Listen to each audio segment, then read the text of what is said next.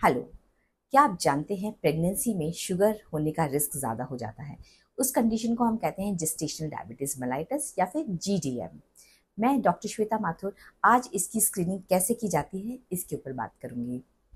तो प्रेगनेंसी में पहली विजिट पे और एक बार 24 से लेके 28 हफ्ते के बीच में जीडीएम की स्क्रीनिंग करना हमारे देश में बहुत ज़रूरी है। तो इसकी स्क्रीनिंग कैसे की जाए? आइडियली इसकी स्क्रीनिंग करने के लिए 2 step oral glucose tolerance test करना चाहिए, जिसमें कि एक बार फास्टिंग सैंपल लिया जाता है शुगर का। उसके बाद 75 ग्राम ग्लूकोज पिलाते हैं 300 ml वाटर में मिला के, जिसको कि 5 मिनट के अंदर अंदर पीना होता है। उसके 2 घंटे के बाद फिर से शुगर का टेस्ट किया जाता है। तो फास्टिंग का लेवल जो है आइडियली 93 टू 95 का कट ऑफ लेते हैं प्रेगनेंसी में, और 2 आवर वैल्यू को 140 लेते हैं नॉर्मल के लिए।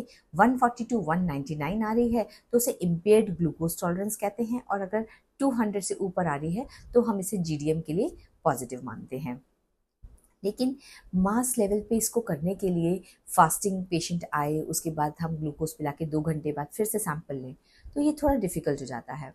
तो इसके लिए इंडिया के लिए डिप्सी ने एक टेस्ट सजेस्ट किया है, जिसको कि हम फॉलो करते हैं कि फास्टिंग हो चाहे ना हो, कुछ भी कितनी भी देर पहले खाया हो, तो हम उनको 75 ग्राम ग्लूकोज पिलाते हैं 300 ml वाटर में, प्रेग्नेंट लेडीज़ को। और फिर 2 आवर्स के बाद हम शुगर का टेस्ट ले लेते हैं। इसका भी कट ऑफ हम 140 ही लेते हैं। और इससे क्या है कि फास्टिंग की रिक्वायरमेंट चली जाती है। एक और टेस्ट कई बार किया जाता है जिसे हम कहते हैं ग्लूकोज चैलेंज टेस्ट, कि अगर पेशेंट के पास 2 आवर्स का टाइम नहीं हो तो हम 50 ग्राम ग्लूकोज पिलाते हैं और 1 आवर के बाद हम शुगर टेस्ट करके देखते हैं।